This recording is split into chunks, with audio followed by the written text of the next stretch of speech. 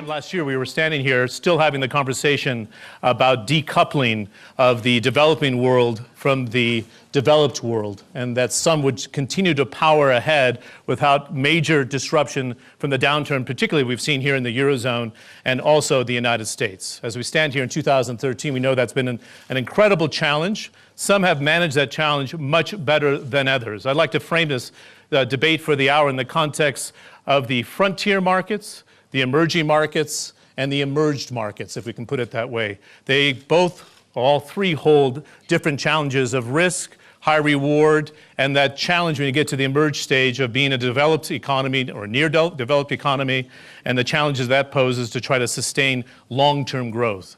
There's a very widely held belief that the developing markets of the world can't sustain growth for a 20-year period. I'm kind of in the camp that they can because they've learned how to manage their monetary policy. As I noted here in my opening remarks to you, we have a phenomenal panel of guests today, 3 central bank governors, a finance minister, and 2 leading CEOs from around the world that have staked the fortunes of their companies in large part on the emerging markets, with Mukhtar Kent, the Chief Executive Officer of Coca-Cola, and Carlo Ghosn, the Chief Executive Officer of Renault-Nissan. To start off our debate here, let's take a look at our first report, looking at the year that was from Davos 2012 to Davos 2013 and the implications it's had for the emerging markets. For a decade, the BRIC nations dominated the emerging markets narrative. They were the world's new economic juggernaut. Turbocharge engines of global growth, propelled by the kind of annual output developed economies could but stand back and admire. Brazil, Russia, India, and China were sitting pretty in the economic fast lane, so the story went. Their rise as inevitable as it was impressive. But first came the global financial crisis, then its aftermath. And a new narrative has emerged for this new post-crisis world. One more nuanced than we've experienced for many years. As we head through 2013, emerging markets find themselves at a crossroads. Economic growth amongst the BRIC nations has slowed and might never return to the levels of the last decade. Where once we saw the similarities that bound the BRIC nations, now their differences come to the fore. China, in a league of its own, bigger than the other BRICs, still with the strong growth, still on schedule to surpass the US as the world's biggest economy by 2030. While growth in Russia, Brazil, and India stutters. The price paid, some analysts say, for delaying domestic reforms before the world's export markets began to fail. Meanwhile, new emerging markets are rising to the fore, rapidly growing, nimble, dynamic. In the decade ahead are the likes of Mexico, Nigeria, Pakistan, Philippines, and Turkey tipped to lead the emerging market growth in the way the BRIC nations once did. Can they become the new engines of global growth? For how long will their stars shine? Despite a decade of extraordinary growth, the journey to economic maturity is never an uninterrupted upward course. The journey of the BRIC nations has shown us that. Emerging markets will rise, others will fall, the old guard replaced by the new. But for all emerging markets, this year will likely further illustrate the road to economic development remains long and winding. So that gives us a very good indication of some of the challenges for 2013. We intentionally set this debate up to have a mixture of those from the BRIC economies, of course, but also from the next 11 fast-growing developing countries. I'd like to start with Nigeria and Governor Sanusi, in fact, because of the rise of Nigeria. The last 10 years, spectacular average growth of nearly 7% compared to the previous decade of some 3%. Now, the big challenge, as I noted in my report there, is trying to sustain that sort of growth. Is it difficult to manage that with the lack of infrastructure that you have now in Nigeria? Well, yes, in the medium to long term, it will be difficult to sustain without deep structural reforms. A lot of the growth has come from the domestic market. It's come from agriculture in particular. But agriculture has grown through increased factor intensity, not through increased productivity. And we've got to have a transformation plan that improves productivity of agriculture. There's a limit to how much you can use land and labor to continue adding agricultural production. And we saw the impact of that with the last floods last year.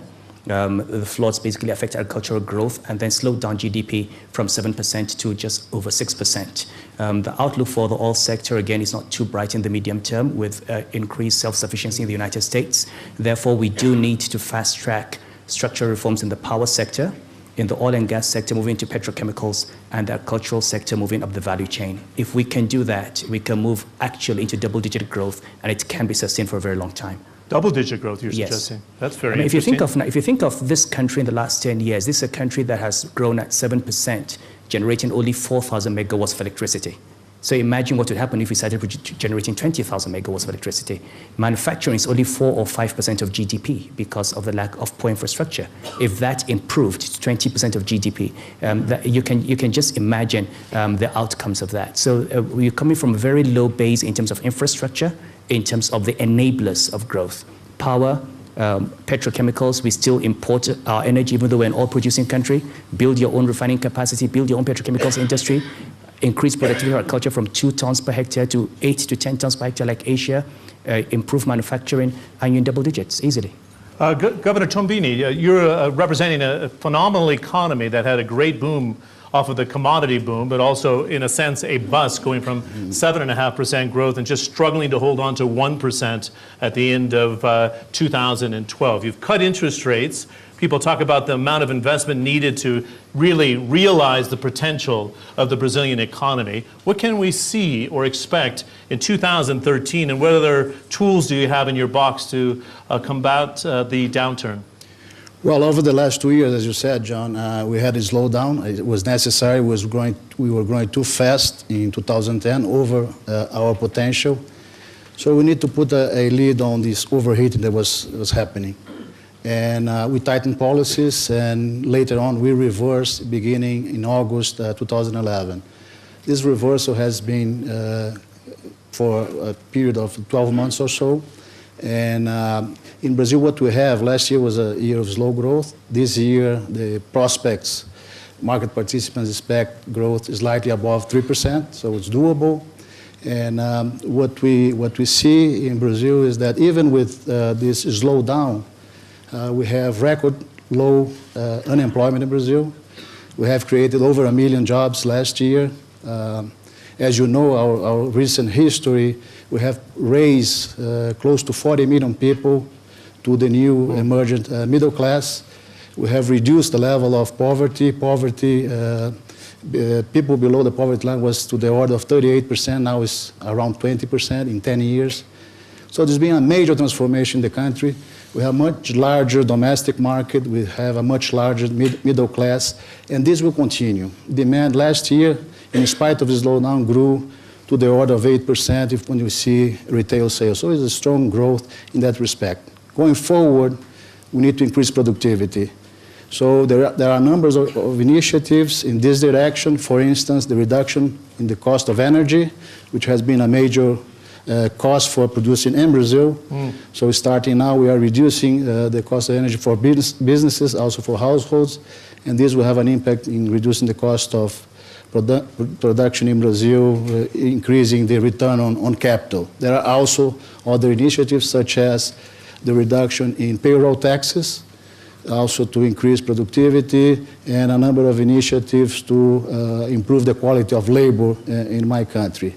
On top of that, there are a number of new announced public-private partnerships for this year and later in the areas of especially infrastructure, logistics, transportation, ports, airports, railways. To help unlock the growth. To unlock the growth, to unlock the potential going forward. So I think we are well positioned to recover higher rates of growth as we move forward. As you know, particularly as an emerging markets editor, we've had this debate amongst our staff here in the competition that Brazil blazed by Mexico over the last 10 years. And lo and behold, we see Mexico coming on very strongly in the last 2 or 3 years.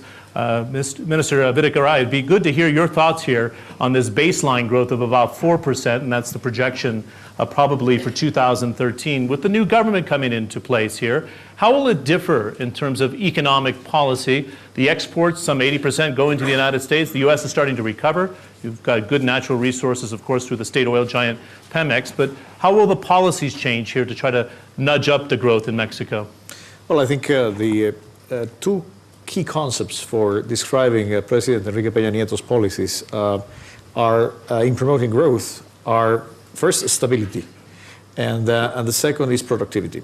On stability, Mexico has achieved something which is very important, and although your question is about what we're going to change, in regarding to stability, my answer is what we're not going to change. It took a very long time, and it took a big effort by the whole of Mexico society to achieve stability, low inflation, a balanced budget. We have a sound and solid banking system, and we have no major imbalances in our local economy. That we're going to keep. What we need to change is we need to address, just like in Brazil, we need to address the issue of productivity. If you want to explain why Mexico is not growing more, even though our fundamentals and our macro statistics look good, is because we have low growth, very slow growth of our productivity. Interesting. Are the BRICS dead, Governor? Everybody's been poo-pooing the BRICS with the exception of China, getting nearly 8% growth expected for 2013. But is the best of the BRICS behind us? It's going to be much more challenging for China and some of these other economies to sustain this growth because you're moving out ever closer to the middle income level? For China, I think for the foreseeable future, probably they still have the potential 7 to 8% growth. I think that kind of potential mainly come from domestic demand. And as people's income continue to increase, domestic consumption become very strong. And also you see the urbanization for China is continue. Right now they just over the 50% threshold for urbanization. I think that will have a large potential for the foreseeable future. And also you see in this process, import for China would be a huge market. Right now, the import for last year is already close to $2 trillion US. I think that number will continue to grow. I think with China to grow, and also it create the demand for the world market so that it would be a win-win situation for China, BRICS, as well as for the world economy. In fact, you've been carrying the world in terms of your commodity demand. As I noted, we have two distinguished CEOs on the panel who have staked a lot on the emerging markets for future growth. I'll start with Mukhtar Kent of Coca-Cola. You have an investment plan which has a baseline of at least $30 billion going into the emerging markets. Which markets, Mukhtar, have you focused on, and why did you go in that direction? All emerging markets. I mean, we operate 1,004 factories in 207 countries. So I would say probably the quintessential international business. The model that we have, which is providing quality non-alcoholic beverages to consumers, is based on local investment. We invest local, we hire local, we distribute and sell locally, produce locally, and we pay taxes locally. And this is the model that we have. And yes, certainly, if you look at the past decade, growth in emerging markets has been higher on a factor of 3 to 1 versus Western markets, developed markets. That has certainly driven the world. The total base has come down a little bit, but that ratio of 3 to 1 still exists. The rates that are earmarked for 2013 growth rates in the world, 4.7 for emerging markets, 1.5 for Western markets. Yes, this is the emerging market growth rates, albeit we'd like them to be higher, are still carrying the world and will continue to carry the world. And it's simple because they're creating middle class, and they've taken 450 million people out of poverty in the last 10 years and created middle classes with those people. But it's the beginning of the journey as the world goes to 5 billion middle class by 2030. I believe that number. It's a real number. It will happen, and that will give everybody will rise with the sea.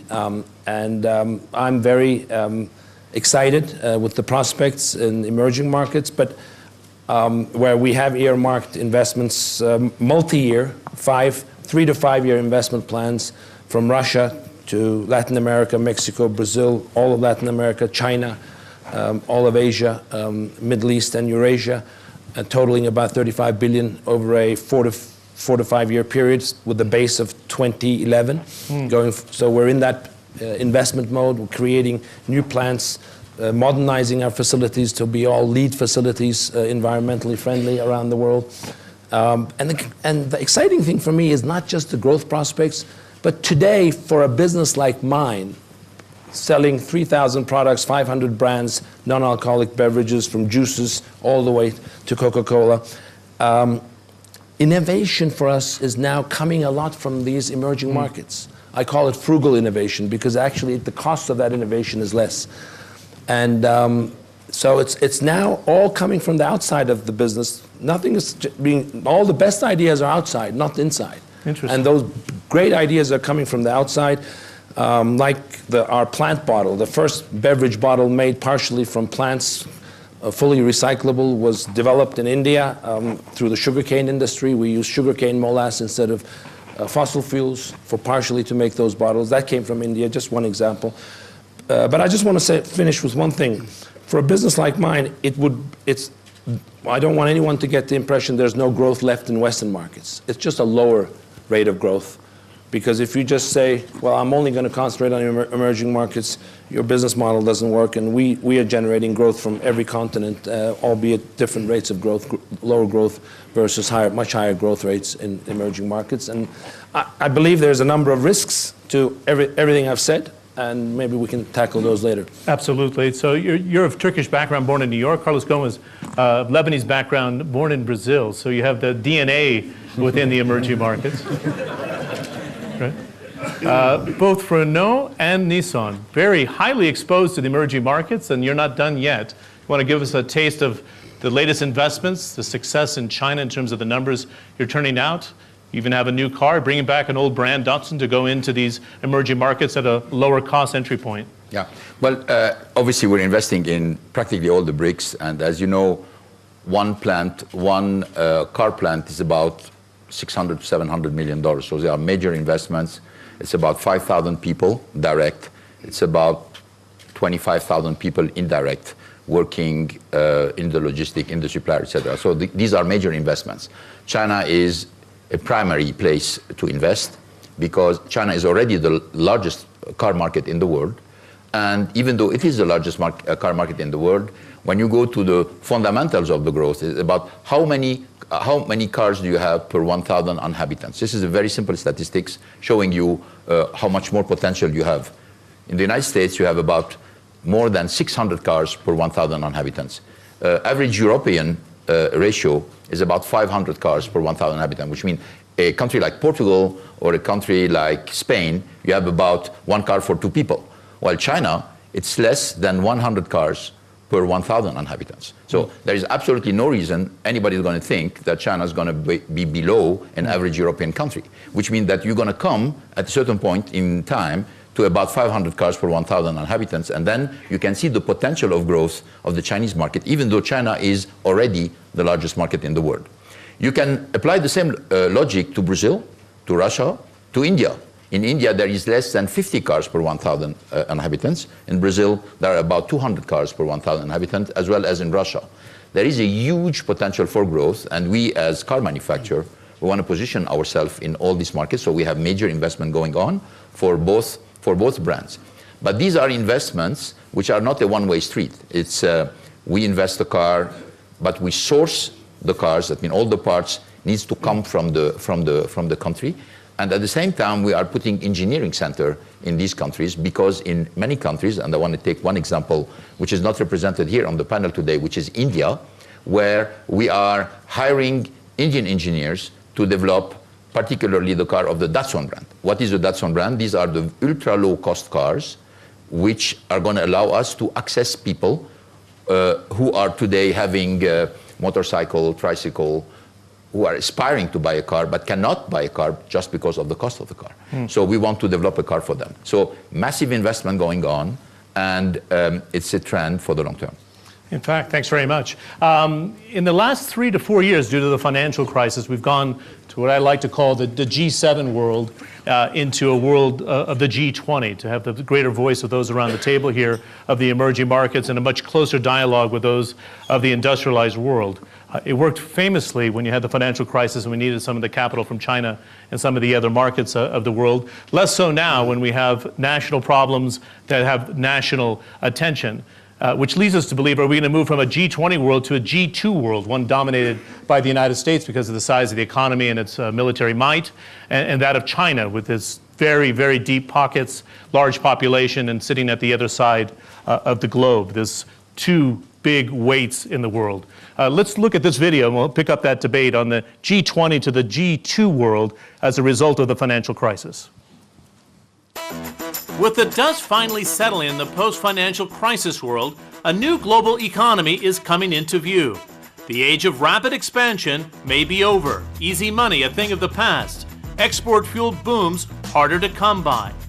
These are the new challenges to overcome for the new champions of the emerging markets. Some will fail to deliver in this new reality, perhaps too slow to adapt, too slow to reform. Others will surprise us, coming to the fore ahead of schedule. But all will do well to realize today's global economy is a very different place from the one in which the BRIC nations first came to the fore. Dark clouds remain over Europe. The continent's growth outlook remains weak, and that could pave the way for China and a rebound in the United States to assert even greater economic influence this year. China's economy is bigger than the other BRIC nations combined. The U.S. economy, despite its recent economic woes and political brinkmanship, still nearly twice the size of China. The U.S. and China sit astride the world, are two dominant economic superpowers, creating a G2 world, if you will. Two spheres of economic and political influence, shaping the world from the East and the West. Emerging markets will feel the gravitational push and pull of both. The economic performance of the U.S. and China and the interplay between them will go a long way to determining this year's economic growth prospects. So a very different world in 2013 than when we had before the start of the financial crisis in 2008 and 2009. I'd love to get a chief executive's view of this. Carlos Ghosn, is the world ready for the G2 and try to balance out those geopolitical interests today while still trying to hunt for investment and growth in these markets as a CEO? Well, I think, frankly, for many years, people are saying, well, next year China is going to slow down, China is going to slow down. We have never seen a slowdown. That means China continues to boom. 7.5% growth of the market this year, which was considered disappointing, was a great year. And I think 2013 is going to continue with 7.5 to 8% growth. Anyway, I can tell you that we are welcoming this because we cannot build enough capacity to follow the evolution of the market. There are more than 18 million cars sold in China in 1 year. I remember when we entered China, the market was at 2 million cars. So there has been a tremendous growth, and this is going to, I think, continue. So for me, 2013 on, all the BRICS are going to continue to develop at a higher rate. China with 7.5%, I think, forecast for this year. We don't have any doubt on this. I think Brazil is going to come up with a much better number than last year. There have been some correction last year. Brazil, we're very bullish about Brazil in 2013. I think India also will do much better because of certain correction that took place in 2012. I don't think Russia is doing very well. I think what's happening is more corrections, launch of some transformational changes, but without any doubt, the trend is continuous growth, at least in the car industry. Governor Yang, this is a very different world we live in now. You have a leadership transition taking place with Xi and Li, the president premier. Social media is rampant in China. Expectations are high. You need growth to go out of the major industrialized cities of 5 to 10 to 20 million people. Is this administration going to be focusing on tackling corruption and making sure that it's growth throughout the country, which is a major task? I think so. I think right now we are focusing the quality of the growth.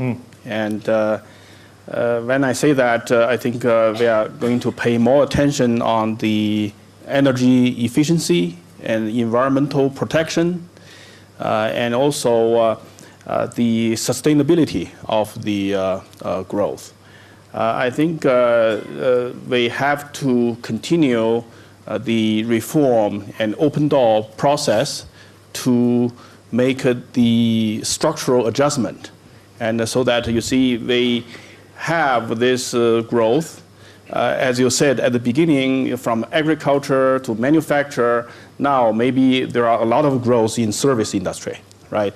So that when you move ahead, you see you need really the structural reform and the structural adjustment, and in order to increase the quality of the growth. So I don't think the growth rate is the most important problem to China now. The most important is the quality of the growth and the sustainability. In the process, you see how you measure the environmental protection process, and also the energy efficiency progress is very important. Minister, it'd be good to get your thoughts in Mexico, that it seems to have shifted a lot in the last 6 months to a year. The conversation has changed. It's no longer a conversation about fighting the drug cartels in the streets of Mexico, fighting crime everywhere, that you can focus on growth again. Has there been a profound shift, and the fight and the battle against the drug cartels is nearly over, and you can focus on growth from this point going forward? Well, of course, violence is still a problem in Mexico, and we've learned a lot over the past 6 years on how to fight crime. And I think President Peña is using a more comprehensive approach, not just by the use of force and more police. That should continue. But what is important is that Mexico is not only about violence, and we now see by the attention that financial markets are giving to Mexico, that the prospects for the Mexican economy are good and robust. Let me go back to what you were saying about the groupings, G20 vis-a-vis the G2 or the BRICS or the MIST. I think that these groupings of countries are useful only to a certain extent.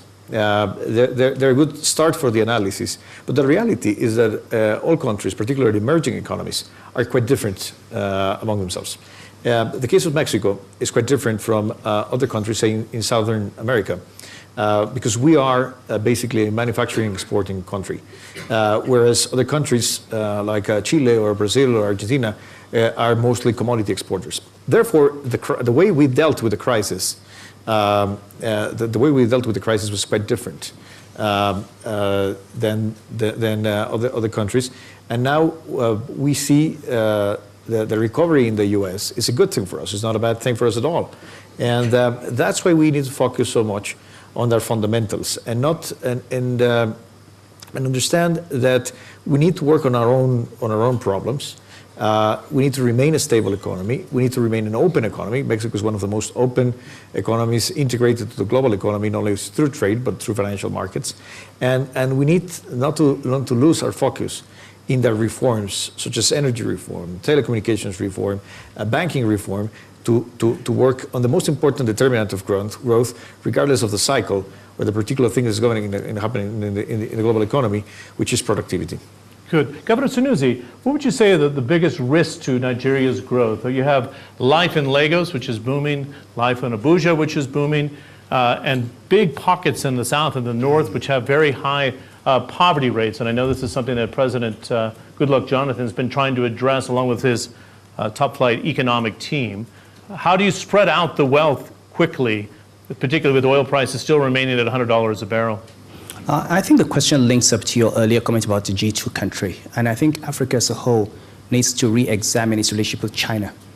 And if you look at the Chinese relationship with Africa, it's still largely a country that takes raw materials and exports finished goods.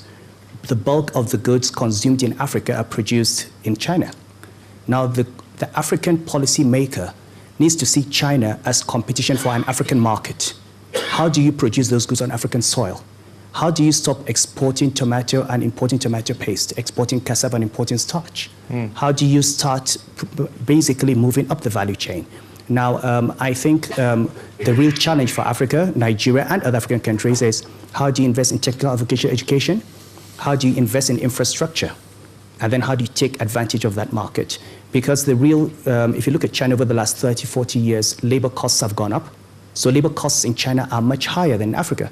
What you have is a problem with productivity and a lack of investment, technical education. That is really where we need to do. If we don't do that, we're not going to have growth that is stable and growth that is actually job creating. So you have this 5%, 6%, 7% growth in the midst of so much poverty. Until you actually get people to move into manufacturing, into processing, and take advantage of the huge domestic market that Africa offers. Basically, take away that market from China. Get the Chinese to come and produce on African soil rather than export from China. That is what Africa needs to do. Interesting. Governor Yinggang, let's go to you, and I'll come back to Mr. Tombini. I was going to give the question to Mr. Tombini, but that was too tempting to pass up. Please. I think that's a criticism of the Chinese going in for natural resources, just to be clear. No.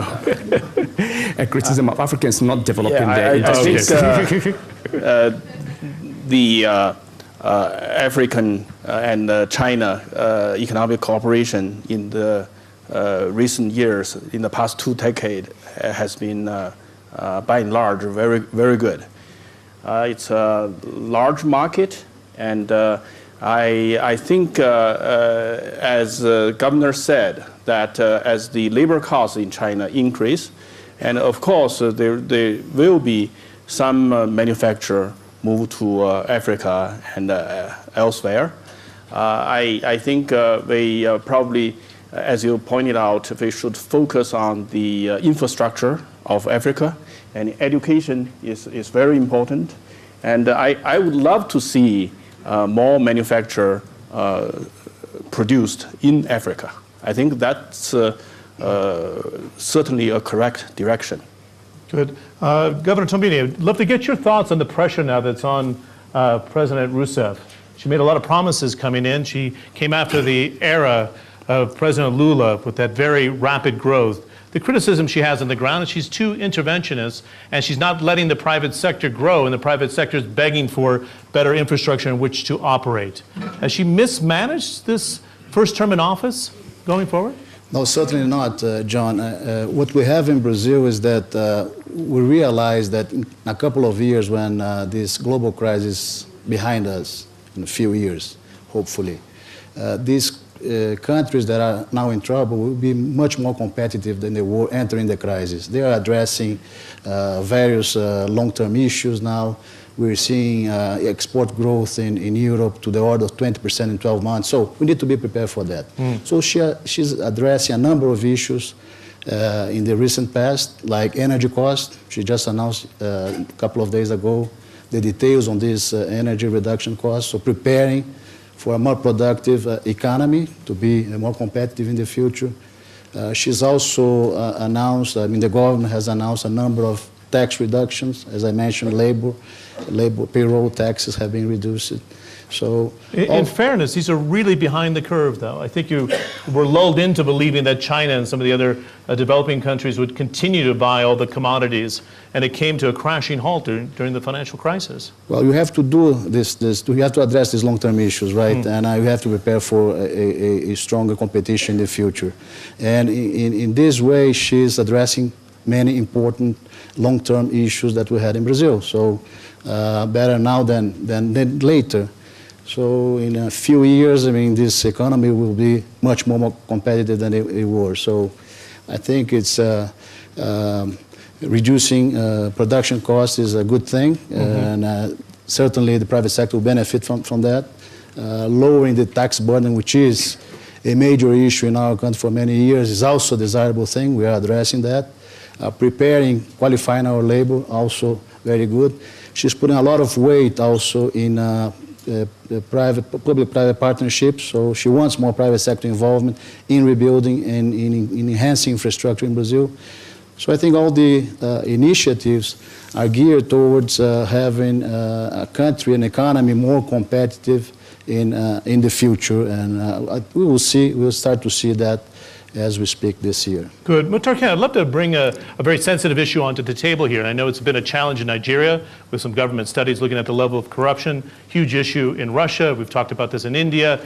People are very frustrated in China because of the level of corruption in the big rail contracts over the last 5 years. How do you manage this as a global CEO with one that has to report on a quarter-by-quarter basis to a board, continue revenue growth, but also try to wait for these developing economies to clear out the old bad habits of the past?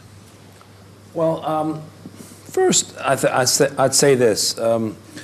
Luckily, I'm not in a sector which is termed strategic by many governments. In fact, all governments. So they, whenever we want to go and invest somewhere, we're very welcome. Whether it is on the coast of China or on the Central Asia, or whether it's any country in Latin America or Indonesia, anywhere in the world of emerging markets, and therefore we haven't encountered any issue.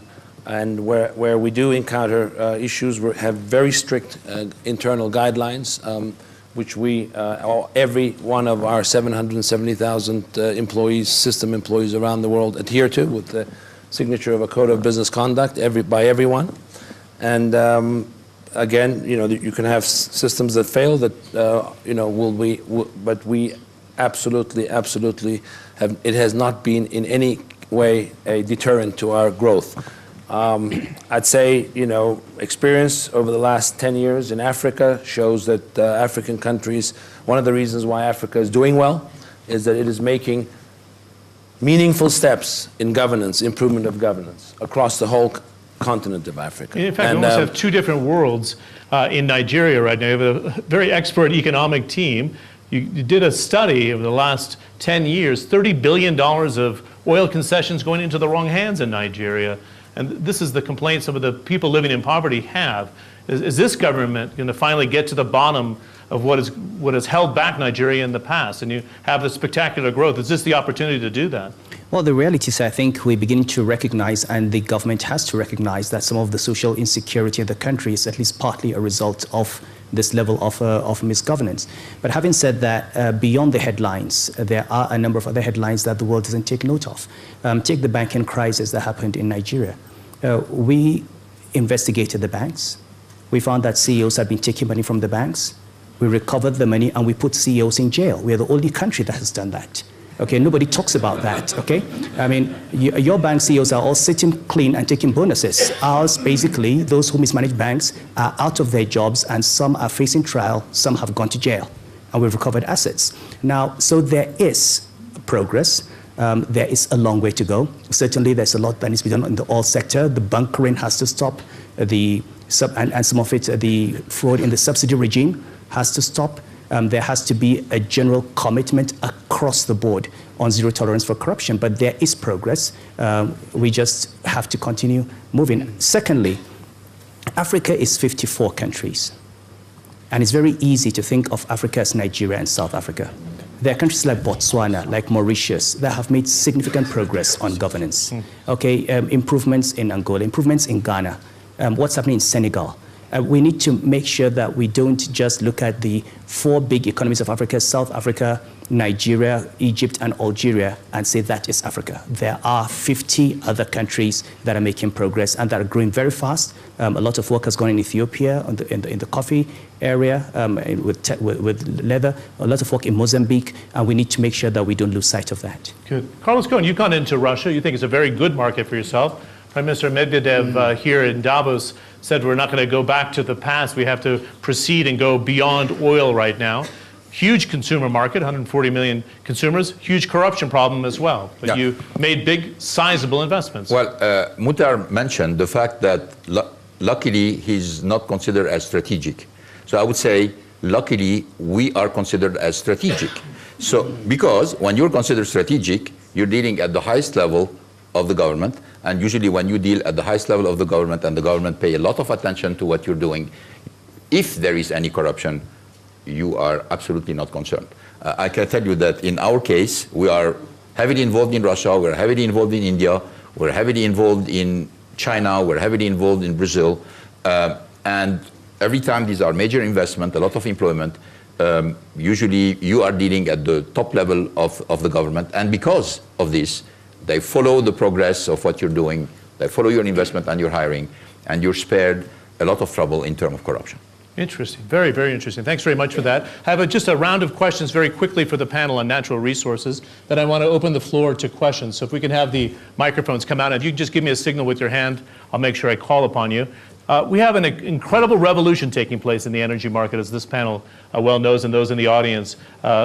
Pre-salt, deep water drilling taking place in Brazil right now. The governor talked about the potential of not only the natural resources that Nigeria has. East Africa has found huge fields of shale gas, which is going to give a big boom to the eastern half of Africa. We know what Mexico possesses. We know that China has shale gas in the pipeline and has the ability to develop it in the future. Let's talk about some of the key decisions that need to be made in some of your markets right here. I'd like to start in Mexico, Luis, and the ability or the desire to take in foreign investment for Pemex. I know it's been a very sensitive issue. It's the national state oil company that people have a great deal of pride in, but the production is going to start dropping off. It doesn't have that sort of global capital from the international oil companies or the national oil companies from the emerging markets. How will your administration handle that, do you think? Well, John, President Peña Nieto, even before he was a candidate, he stated very clearly, Mexico needs to be a lot less ideological about how we handle energy. We need to be a little more practical and more modern in our approach.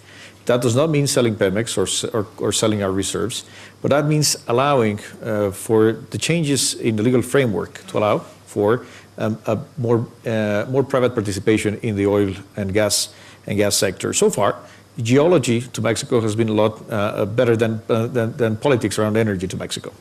And we have tremendous assets that we need to exploit for the benefit of the Mexican people.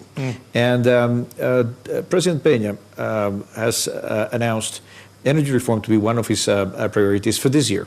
And actually, in Mexico, the government, along with the leadership of the three main political parties, have signed a broad political agreement with a schedule for reforms. And energy reform is on schedule for this year to happen.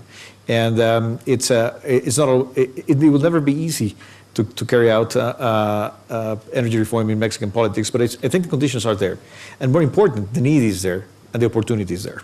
Interesting.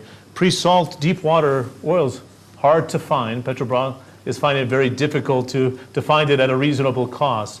How long do you go in pursuit of this right now with the other oil and gas opportunities coming on stream, even in Argentina with the shale gas?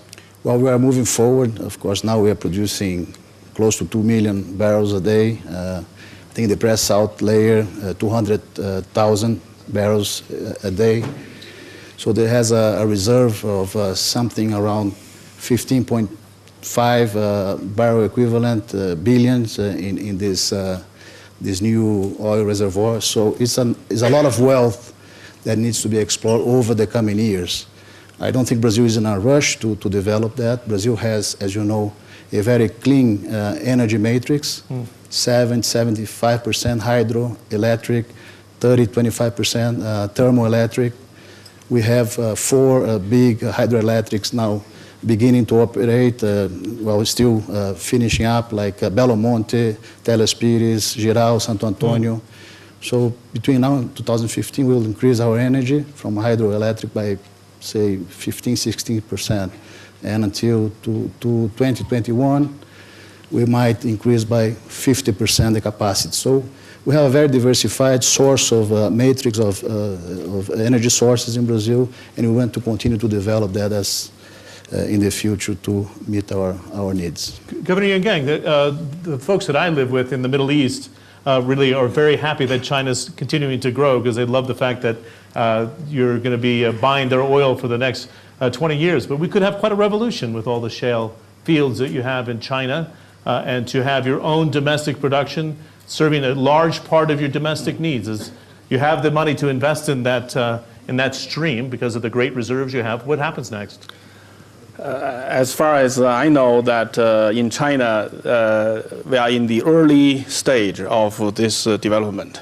In terms of shale gas and shale oil, the geographic structure is more complicated, and also is much deeper than United States. I think in terms of technology and also how to develop in this area, we are still in the early stage of research and do some preparation. Okay. Finally, Governor Sanusi, you talked about the reforms you're doing in the oil sector already. Is the biggest challenge right now, and not just for Nigeria, but the violence we've seen by the terrorist threats in Mali, Algeria, hits in Nigeria, Kenya, and some other countries of the 54 that you talked about? Managing this so it doesn't derail your plans for oil and gas development, because we've seen some very random strikes over the last 10 years off and on against the sector. Well, the recent issues around Mali and the Maghreb basically affect the north, which is not the oil-producing area. I think what has changed significantly in the thinking of government, and this is what you get from President Jonathan, is a recognition that any kind of model that is based long-term on selling oil to China or to the United States is bad economics. Okay, so you've got to develop these resources and then move up the value chain. Right now, the largest export of the United Kingdom to Nigeria is petroleum products. And we're all producing country. A country of 167 million people, one of the biggest consumers of petrol. Build your own refineries. The petroleum industry bill, there's been a lot of focus on fiscal terms, but the real focus of that bill is to move these oil and gas resources into the value chain, move gas into power, into gas-based industries like fertilizer. This is 167 million people. You don't need to export to China or to export to England. You export to Nigerians. So it's about producing locally and turning that into a basis for industrialization. Refineries, petrochemicals, gas-based industries. That is the future for Nigeria. Perfect. Very interesting. Let's take some questions from the floor. We have about 15 minutes if you like. Any questions for any of our panelists here? Let's not be shy, please. If you can just identify yourself and then direct it to one of our panelists, I'd be grateful. Thanks. I'm Osman Ulagay. I'm a columnist for a Turkish newspaper. And my question is to all the emerging market representatives here. The ongoing problems in the rich countries, the low growth, extreme monetary expansion, perhaps protectionist tendencies, is that a concern for the emerging markets? I think it's a question for Mr. Tombini. I know President Rousseff, thank you very much, sir, has complained about the potential currency wars. And Carlos, I'd like you to jump in on this afterwards because of the yen exposure as well. Is that a lot of political positioning, or is that a stronger real? One of the reasons why you had the 7.5% growth all the way tumbling down to 1%. Well, this issue was raised in 2010, right? A few years ago. I think it's more updated than ever. The kind of liquidity that is going on in international markets with major central banks and all the activity we have seen. But from the Brazilian perspective and from the Central Bank of Brazil's perspective, I think these wars that were mentioned, which are currently ongoing, we have learned how to operate in this environment. We have taken measures in 2011, 2012 to cope with this environment of large levels of liquidity. So what we have done is that we still see Brazil a very open and friendly destination for capital. We are the third largest destination as far as FDI is concerned, foreign direct investment. The number just released yesterday by the United Nations. But the composition of flows have changed because of the measures we have imposed. So now the flows that we see in Brazil are much more stable. So we have learned to cope, to operate in this new environment that he just mentioned. Great. Carlos, your perspective from a yen-based operation with Nissan and some of the complaints you've heard from the other emerging markets. The Russians were complaining about the same, accusing the United States of artificially keeping the dollar low. Yeah, well, it's very hard by any means to accuse Japan of trying to do these kind of things. Statistically, 2007, before the war, before the crisis, the average yen to the dollar was more than 110. Okay, it has been an average for 10 years. All of a sudden, after the crisis, the yen was one of the currencies which appreciated the most. And frankly, there is absolutely no logical explanation as an industrial inside Japan about why all of a sudden your currency is going to increase by about 40% evaluation compared to the dollar, while, for example, the won decreased compared to the dollar and other currencies. So what's happening now is not the fact that the Japanese government is giving support to the industry. Japanese government is trying to reduce the handicap that has been building for the last 5 years on industries in Japan. That's what's happened. We are today at 90 yen to the dollar. Wow. We're 90 yen to the dollar. We're coming from 112 yen to the dollar in 2007. Yes, it's better than 75 yen to the dollar, a few months ago, but we are still in what I consider a handicap territory, while in which companies are still struggling in Japan to try to remove this handicap. Now, the question is, what is a neutral position from the currency? I said it many times, it's 100. So saying that Japan is getting into a currency war, in my opinion, do not respect the facts of what happened, as long as you take a little bit of history of what happened to the yen for the last years. Good. Muhtar, how are you handling this internally at Coca-Cola with all that exposure to all these markets? What I want to do is really, if I understood the question right, in terms of the very low growth rates that are here in the Western markets, how's that going to all impact all the emerging countries and the growth? And what I would say to that question would be, of course, the world would be a much better place if the growth rates were higher in the West, and that would push the growth rates even higher than 4.7% to probably 6-7% back in the emerging world, and the total world would be in much better place. Nevertheless, though, even these growth rates in the emerging markets of 4.7 on average, higher in China, of course, and hopefully getting higher in Latin America and Africa, are for sure going to create huge internal demand, because they're going to lift more people out of poverty and into middle class. And I think that is a very big phenomenon. The youngest billion in Africa, they're going to be one of the biggest contributors to the middle class in the next 10 years across most nations. And therefore, I think as China is trying to change the economy into a more internal demand-led economy, all of the BRIC countries are going to be doing the same, moving from tradable production to services, and other countries down the chain are going to move into tradable goods that can be exported. The biggest danger, though, for all of this is going to be the current unemployment of the youth, particularly, straining the social fabric if we don't do something about that, and also certainly the issues around sustainability, climate change, the volatility that brings is much bigger volatility than currency, I think. I just heard the president of the Philippines talking at lunch saying, Philippines contributes 3% to the carbon in the world, and we're getting the biggest impact on climate change. And there's a big thing going on in the world where things are being exported around the world, such as the impact of climate change through, storms and typhoons and floods and droughts and everything else that is causing a huge dislocation in the world growth rates. And I think that has to be really dealt with in a much better way, much more responsible way than we've been dealing with it together as what I always say, the golden triangle, which is government, business, and civil society. We're not doing justice to that problem.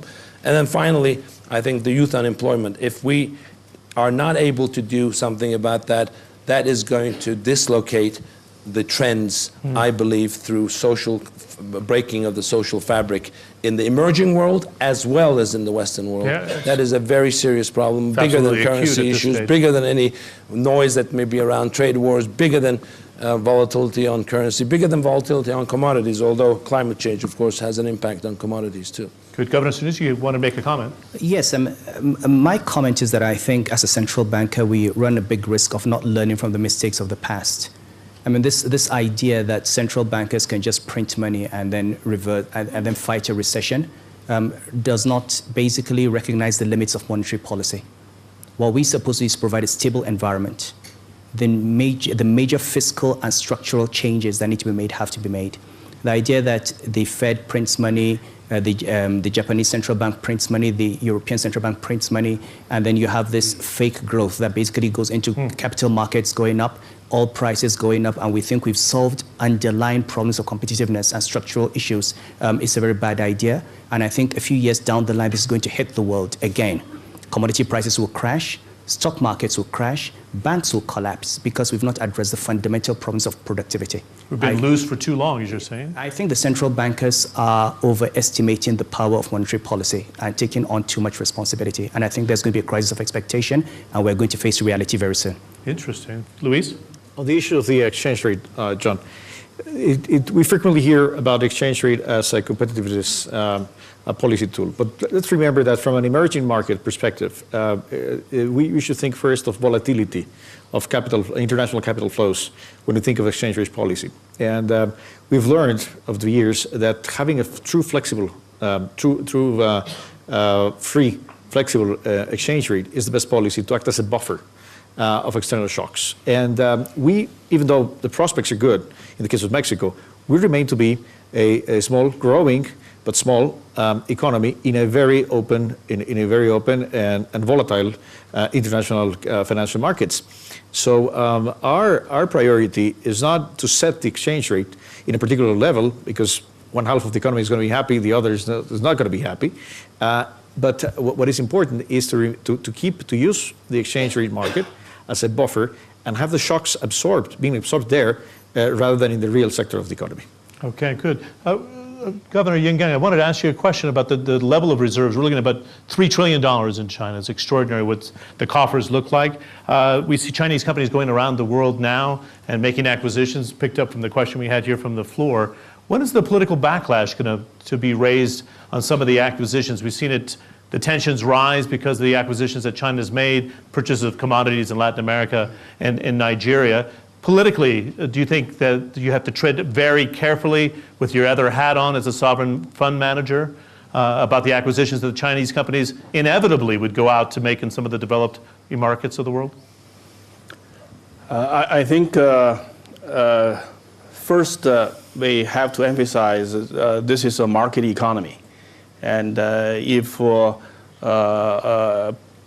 acquisition or merger is market-oriented from a firm, from actually market demand. That's we have to say that in this market economy, that's very natural. If you see there are some deals, it has to be beneficial on both parties. Otherwise, you see, like my colleague said, that anything defined as strategic, heavily involved government improvement, right? So I think if we emphasize the market-oriented principle, that is very good. We have to play according to this rule. And second, we really have, in this process, we have to consider the sustainability of the energy and also raw material in this growth of the global growth. Everybody wants to have a faster growth. We're talking about emerging market, but really we have to calculate the growth we're talking about, how much energy it needed, how much raw material it needed, whether this earth would be sustainable for the plan that each place is doing. I think we have to have a coordinated thinking and also a coordinated policy. If something happened, it should be win-win situation for the buyer and for the seller, and also create jobs for the local community. If that happened, why not? But on the other hand, you see, you really have to consider the impact of this very rapid growth and the demand for raw material and energy. Which China's mapped out very well. We're almost out of time. We just want to go to Carlos Ghosn one more time because Mukhtar, you talked about the risk of youth unemployment as a real time bomb for us.